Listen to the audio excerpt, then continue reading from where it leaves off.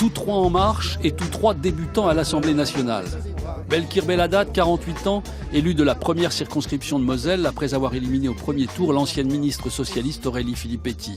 Ancien adjoint au sport du maire de Metz, il siège à la commission des affaires sociales.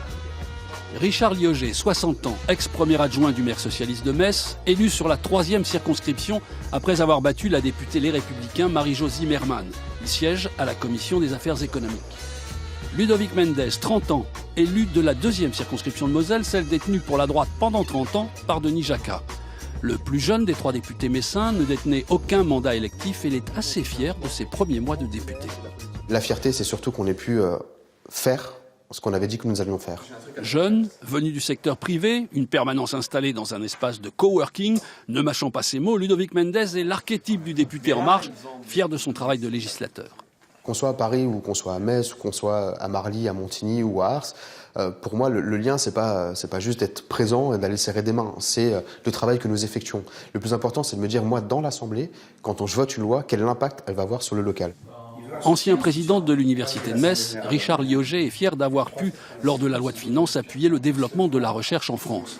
Ancien premier adjoint au maire de Metz, il compte sur son réseau de relations locales pour inspirer ses textes législatifs. Il faut, je pense, trouver quels sont les dossiers parisiens que vous pouvez faire résonner au niveau local. Et particulièrement un dossier qui va me tenir à cœur dans les mois qui viennent, c'est la question de l'alimentation et donc de l'élevage et la possibilité qu'on a de mettre en relation les jeunes éleveurs notamment avec les personnes qui, notamment le laboratoire Lenning, qui produit des produits phytosanitaires qui sont des substituts finalement aux antibiotiques. Belkir Belhaddad est chargé d'une mission sur le développement du sport sur ordonnance pour les malades de longue durée.